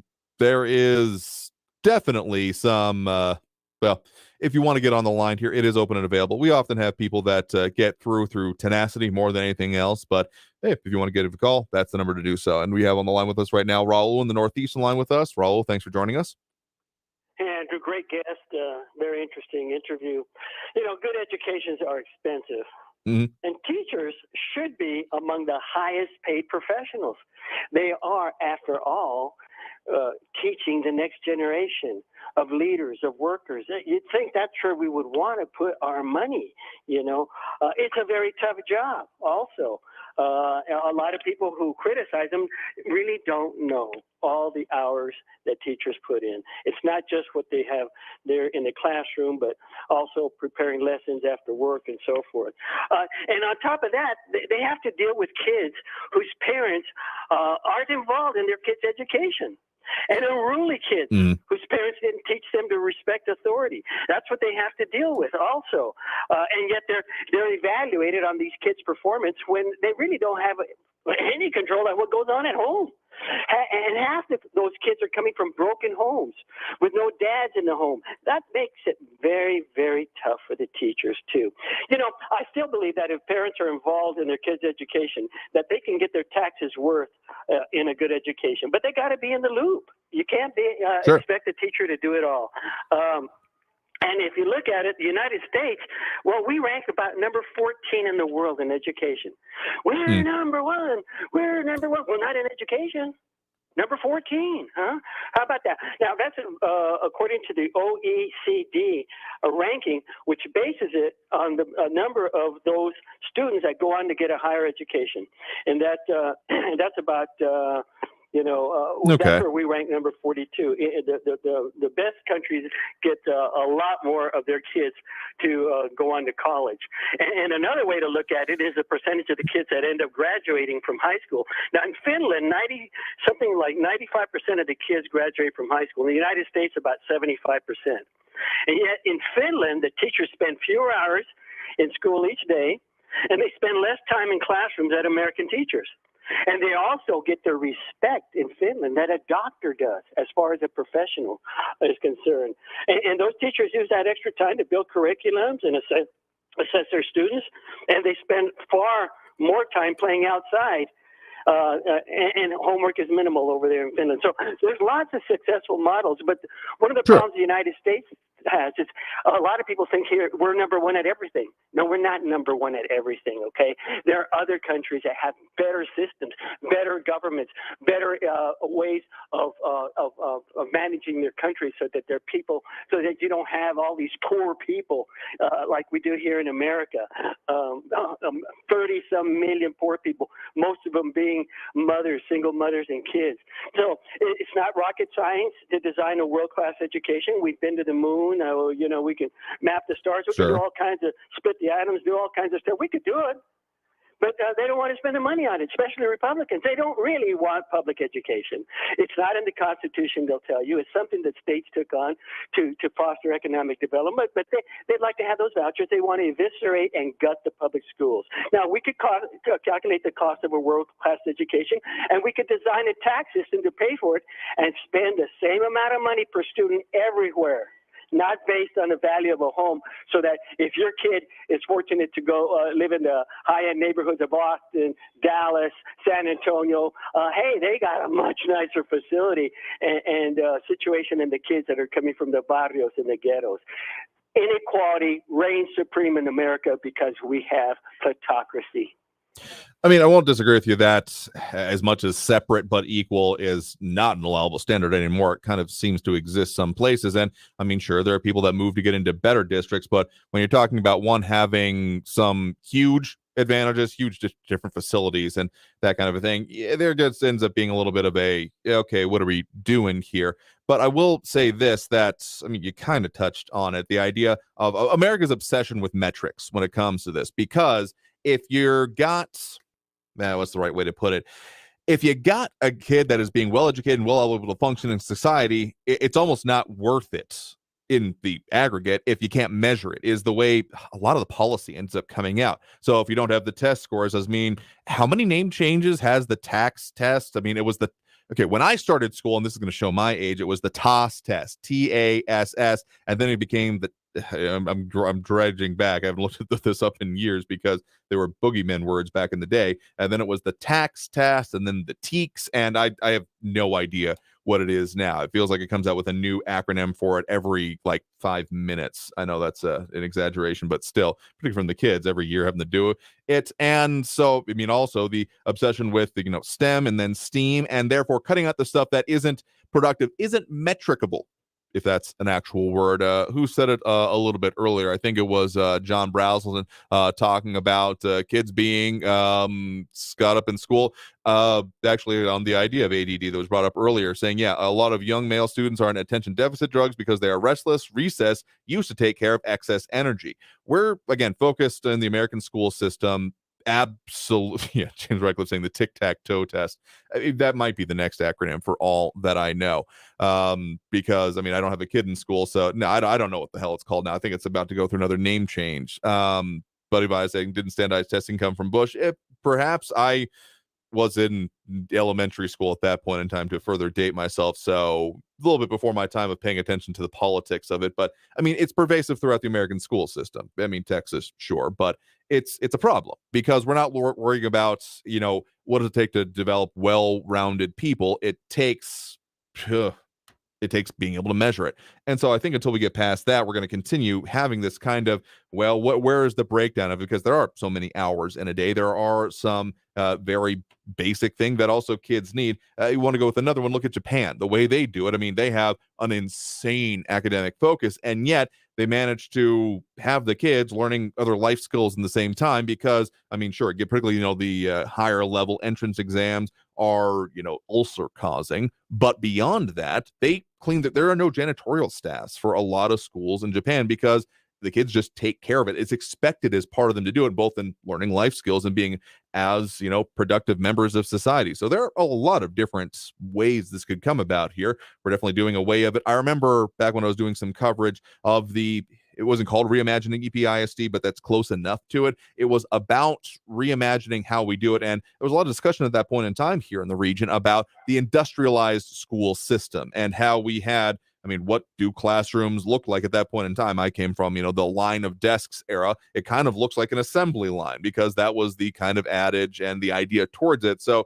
there's a lot of good and bad ideas that can come along with this, but I don't think any one bill is going to fix it. But if we don't have a focus on it, I managed to have a very good public school education experience, managed to have great teachers who cared a lot and were willing to do it. And I do wonder if we don't have the focus on it, at least make it possible for those kind of teachers to exist, that we are doing a greater disservice to our students and therefore future generations in the long run.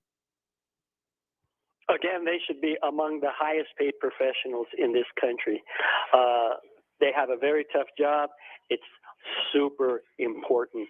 And again, we spend all kinds of monies on all kinds of nonsense in this country on a national level and here on a local level also, because money reigns supreme. I won't disagree with you there. I hope that we're able to come to a resolution here in Texas, but we'll see. Again, given the levels of at least pettiness that this session is coming to, I don't have a lot of faith in this particular one to solve any of the big issues. If we can just get to not worse, I'll probably be happy. Anyway, thanks for the point of the call. Do appreciate it on the local issues particularly. So let's go ahead and take that next break right now. Coming out of this break, we'll get to more of the calls and the line again. Phone lines available 915-544-5876, 915-544-KTSM. Back after this break with more Talk El Paso. You're on News Radio 690 KTSM. Stay tuned.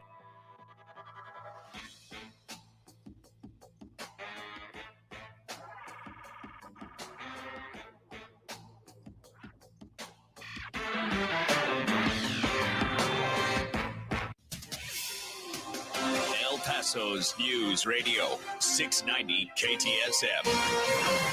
Hello, everyone. This is Robert Olguin with your KFOX 14 news update. El Paso Congresswoman Veronica Escobar and a Florida Republican are introducing a sprawling bipartisan immigration bill, hoping to break a decades-long stalemate in Congress. The Dignity Act would try to address many of the sticking points for both major political parties. The bill would also revamp the asylum system, slashing legal backlogs and providing a path of legal status for millions of undocumented immigrants already in the U.S. In El Paso, police responded to a serious rollover crash on the east side this morning. It happened on Montwood and Catnip. According to police, only one car was involved in the crash. Medical crews responded, but no further information was immediately available. This has been your KFOX 14 News Update. I'm Robert Olguin. News Radio 690.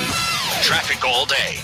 Stop and go traffic on the I-10 westbound from Geronimo to the Patriot. It's a 5-minute delay. I-10 westbound at Mesa Street on-ramp, an accident reported. The I-10 CD lanes westbound at Wrestler has an accident. The right shoulder's blocked. El Paso police on the scene. Eastbound Montana slow with 10-minute delays from Yarborough out to Desert Meadows. Carrie Edwards, El Paso traffic. From the KFOX 14 Severe Weather Center, I'm Chief Meteorologist Brad Montgomery. After a nice start tomorrow morning with low temperatures down into the 50s and 60s, we'll see another hot one tomorrow afternoon. High around 94 degrees for your Wednesday. And it looks like that pattern of hot and dry afternoons is going to continue. Breezy, partly cloudy, 94 for your Thursday. We'll see partly cloudy skies with breezy conditions around 93 for your Friday. From the KFOX 14 Severe Weather Center, I'm Chief Meteorologist Brad Montgomery. This report is sponsored by Staples Stores. Now during Staples Small Business Deal Days, when rewards members spend $100 or more, they get $20 back in rewards, plus another $10 back with a Staples Connect app. Rewards offer ends May 27th. Limit 1, redeemable in-store only. Save big for your business at Staples. iHeartRadio Earth is here with a new way to enjoy our beautiful planet. Reduce your impact on the environment this fall by packing a waste-free lunch for school or work. Avoid foods with excessive packaging. Use reusable cutlery, napkins, cups, bags, and containers, and recycle or compost any waste when possible. Brought to you by iHeartRadio Earth and the National Environmental Education Foundation. To find more tips for smarter, sustainable living, or to take action in your own community, go to iHeartRadio.com/Earth. iHeartRadio Earth is here with little tips for a healthier planet. When dining out or shopping at the grocery store, ask for sustainable seafood. By choosing sustainable seafood, you can help reduce overfishing, bycatch, loss of top predators, illegal fishing, and other harmful environmental impacts. Brought to you by iHeartRadio Earth and the National Environmental Education Foundation. To find more tips for smarter, sustainable living, or to take action in your own community, go to iHeartRadio.com/Earth. Around you is important. When it comes to news, yes, I am. So we're feeding your need to know 24/7 at the top and bottom of the hour. I like to know what's going on in my locality, abroad. Events of the world. Fairly so. Yeah, I'm pretty connected. Or down the street. For the most part, I know what's going on. You know, I need to be aware and what to look out for, and I'm real cautious, so yeah, I need to have that. It's what we do. News Radio 690 KTSM. Finding a great hire can be a challenge. That's why there's Indeed. Their powerful hiring platform makes it easy to attract, interview, and hire candidates. Visit Indeed.com/credit and get $75 toward your first sponsored job. Terms and conditions apply. Recently, we hit the streets and found out how informed people really are. Yes, I'm on top of events. Most news, yes. Except for these two. I am not on top of events. I'm not on top of my events, no. They were clueless that every morning they can plug into the world with the news, weather, and traffic info that'll make their lives so much easier and more informed. Just like you and I do. Stay informed with El Paso's News Radio 690 KTSM. This report is sponsored by Indeed.com. I can't believe he found them. He seems sorry.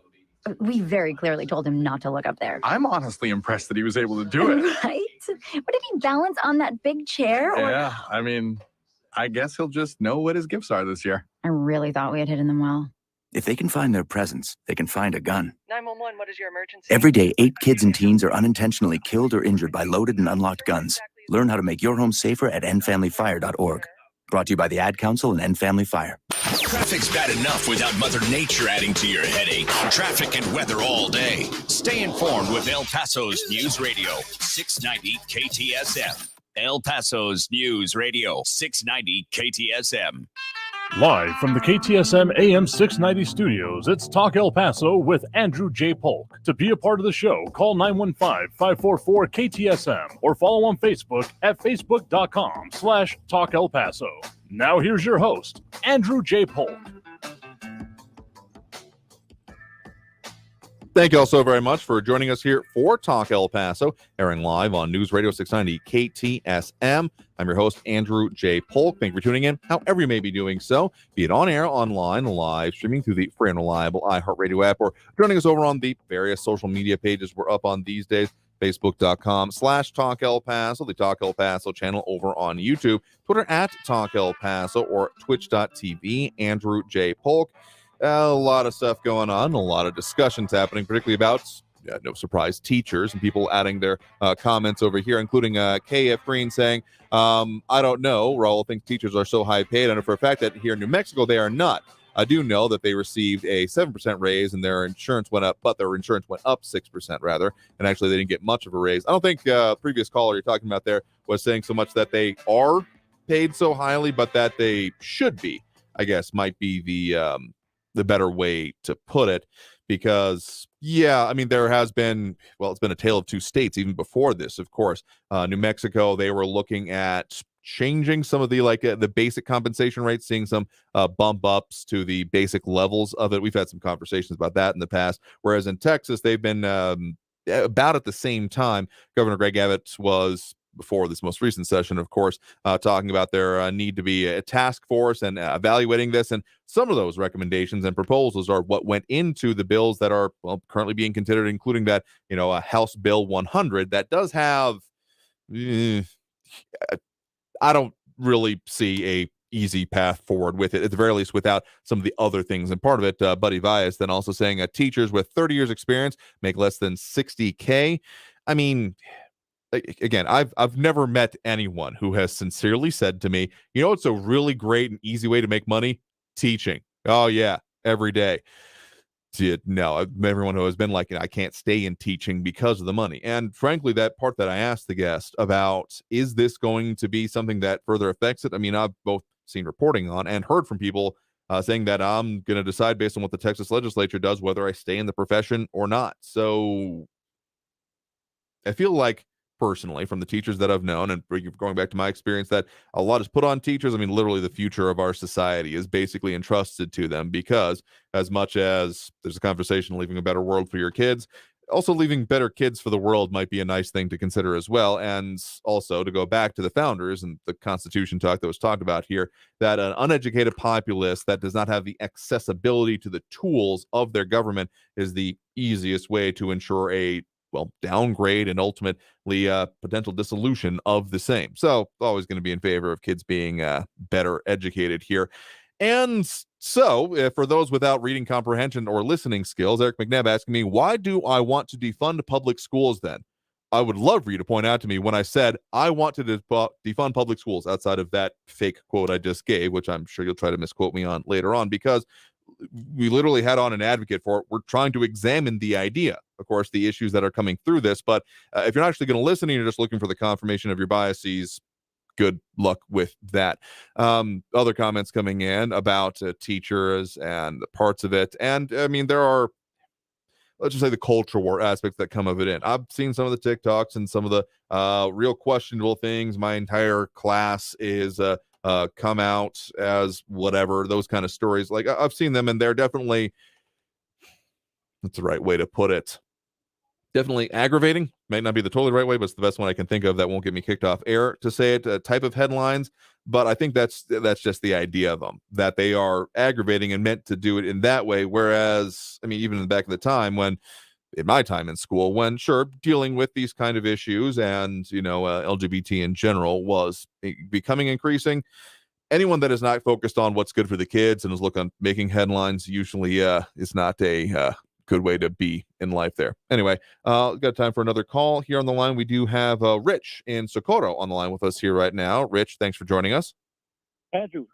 Yeah, what's on your mind? Yes, this thing about teachers, if they're doing such a great job, then why are our academics so low in the United States as compared to these other countries that Raul was talking about? So again, there's different, I would say at the very least, it's not apples to apples, but also I think that well, we're obsessed with the metrics, frankly. I mean, the whole standardized testing push, the way I've read up on it previously, at the very least, it came out of the Cold War, the idea that, oh, we're falling behind in terms of academic achievement, and therefore in other things like maybe military or the space race, behind like the Soviet Union or other things. We got to pump those numbers up. Those are rookie numbers. So those kind of concepts come into it. And frankly, if all you're, I mean, we've all heard the phrase teaching to the test before, right? And so if all you're worried about is the numbers and the metrics, what does that leave behind? I mean, in the same kind of vein, we've also heard some of those horror stories in the past of teachers doing things like writing on students' tests in order to make sure that they get the right answer, in order to make sure that they don't, if like their compensation is tied to it. There's good ways to go. There may be good goals and then terrifically awful ways to go about them. So I'm not going to say that that's a necessarily reflection on teachers overall, because again, I was very blessed in my life, in my public education, to have incredibly good teachers. But if you're just saying, well, we just need results, regardless, I mean, anytime it comes up with that, I don't care what you do, just get the numbers up. And then people end up caring about what they do. I'll just put it that way. Yes, sir. I agree so much. Don't you think society has something to do with it also, with all the distractions that we give our kids? All these video games and all these nonsense TV shows that they watch. Those are distractions. I mean, there certainly are a lot of distractions. I will say, as proudly raised on video games myself here back from the Sega Genesis days, which definitely dates me. I mean, it came out fine enough to be able to have a competent conversation anyway. But what I will say, and this part I don't think has been fully understood yet, is frankly the impact of social media. It was just coming about as I was leaving high school, getting into college. I think I was part of like the first year that high school students were able to access Facebook, which makes I can feel my bones withering as I say this. This makes me feel so old just talking about it. But really, the aspect of social media, and therefore, the attention span. I mean, short form social media content. The videos you can just scroll through. I've heard from teachers and people that I know that attention spans have like demonstrably changed. I don't know if there's really been like good data on collecting this, but it's been part of the reason that like before Congress and other bodies of legislatures at all levels, there's been serious questions about, as like there was like the Instagram for Kids effort within the last couple of years, and that was raising huge alarm bells. Because I mean, sure, a little bit of social media, keeping up with friends, connecting with people, that's a good thing. Being constantly shown anything and everything that the internet has to offer, maybe not, but I don't even know if we fully understand the impact of that yet. So I'm not saying that there aren't challenges here, but I think things are continuing to change as society continues to do so. Excellent, Andrew. Excellent. Thank you so much for having me on your program. I really love your show, and I hope to talk to you in the future. No. Thank you so much. Yeah, sure thing. Thanks for the point in the call. You have a good one there as well. You too, sir. And Bernadette Bandigal saying use TikTok style methodologies. Oh, geez, I can't even imagine. And social media and Google. There's a whole lot of I can't imagine what it would be like to be as a kid. At the very least, all of the things that I did, good or bad, in the day has not been immortalized online forever, for which I thank my lucky stars, among other things. I mean, the fact that people are posting their crimes online and thinking like, well, it's just clout, bro. Oh, there are so many things different that I think we've begun to wrap our head around as a society. So let's go ahead and take that last break right now. Coming out of this break, we're going to go ahead and tell you what we got coming up for you on the show, because, yes, we've got plans and more to talk about. So stay tuned. More Talk El Paso after this brief break here on News Radio 690 KTSM. Stay tuned.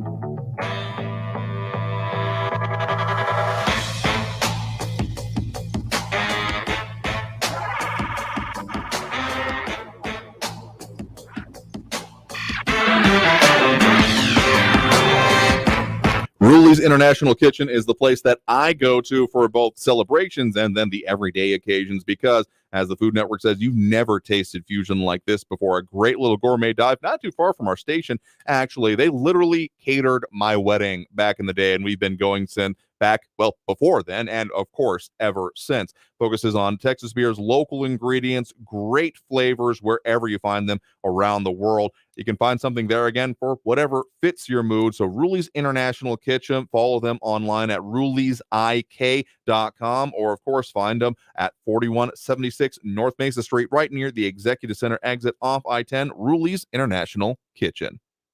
Hello, everyone. This is Robert Olguin with your KFOX 14 news update. El Paso Congresswoman Veronica Escobar and a Florida Republican are introducing a sprawling bipartisan immigration bill, hoping to break a decades-long stalemate in Congress. The Dignity Act would try to address many of the sticking points for both major political parties. The bill would also revamp the asylum system, slashing legal backlogs and providing a path of legal status for millions of undocumented immigrants already in the U.S. In El Paso, police responded to a serious rollover crash on the east side this morning. It happened on Montwood and Catnip. According to police, only one car was involved in the crash. Medical crews responded, but no further information was immediately available. This has been your KFOX 14 news update. I'm Robert Olguin. Traffic all day. News Radio 690. A crash on South Desert Boulevard at Thorne has closed all southbound lanes. I-10 CD lanes westbound at Wrestler. An earlier crash has been moved to the right shoulder. Stop and go on the I-10 westbound Hawkins to the Patriot, 8-minute delays. And I-10 eastbound slow from Trans Mountain to the Patriot with a 5-minute backup. Kerry Edwards, El Paso traffic. This report is sponsored by Staples Stores. Now during Staples Small Business Deal Days, when rewards members spend $100 or more, they get $20 back in rewards, plus another $10 back with a Staples Connect app. Rewards offer ends May 27th. Limit 1, redeemable in-store only. Save big for your business at Staples. Car crimes are on the rise. Protect yourself and your valuables this holiday season. When you park your car, always lock it down. Never leave keys in your vehicle. Never leave your windows down. Don't leave your valuables in plain sight, or you might return to a terrible sight. Try to park in well-lit areas. And most importantly, always lock it down. Brought to you by the Insurance Council of Texas and the Motor Vehicle Crime Prevention Authority. Learn more at lockitdowntx.com. El Paso Electric is proud to present The Installers, live in your neighborhood. With their unique talent, they're bringing smart meters to every home and business, and harmonies your electric bill.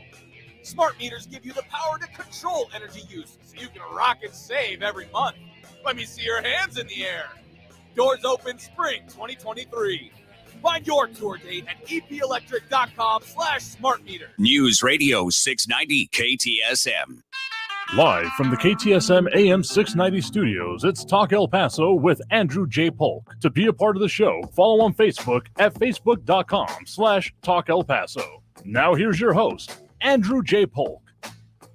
Thank you also very much for having joined us here for Talk El Paso, airing live on News Radio 690 KTSM. I've been your host, Andrew J. Polk. Super out of time here for this show. I want to tell a little bit what we got coming up for you. Going to be doing a deep dive definitely into some of that, particularly the immigration bipartisan one that's been now put forth by, among other things, El Paso Congresswoman Veronica Escobar, along with Democrat and, of course, Florida Republican Representative Elvira Salazar. So we'll be delving more into that and some of the provisions in it. But of course, we got the elections coming up, so we're going to talk more about that as well. So I just want to thank everyone that did tune in, call in, comment, participate in the show. If you actually want to talk about the things that affect us here in the borderland, this is the place where we are every Monday through Friday, 4 to 6 p.m. So until then, until next time, want you all to stay safe, look twice for motorcycles when out on the road, and have a great evening, y'all. We'll see you tomorrow. Traffic all day. News Radio 690. A crash on South Desert Boulevard at Thorne has closed all southbound lanes. I-10 CD lanes westbound at Wrestler. An earlier crash has been moved to the right shoulder. Stop and go on the I-10 westbound Hawkins to the Patriot, 8-minute delays. And I-10 eastbound slow from Trans Mountain to the Patriot with a 5-minute backup. Kerry Edwards, El Paso traffic. Portions of the following program were pre-recorded. Records, milestones, firsts, lasts, and everything in between. What happened today in sports history on iHeartRadio? What's going on, fellow sports fanatics? It's Andy West. Let's look back on this day in sports history, May 23rd. We'll start off today back in 1991. Philadelphia Phillies pitcher Tommy Green, replacing starting pitcher Danny Cox, throws a no-hitter in just the 15th start of his career, beating the Expos 2-0.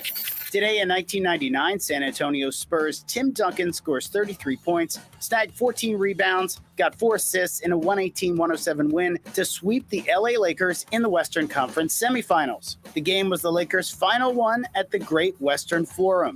And today in 2019, the New York Mets beat the Washington Nationals 6-4 at Citi Field to drop the Nats' record to 19-30 1931. Washington then turned its season around and went on to win the World Series. Now you know. Today in sports history on iHeartRadio.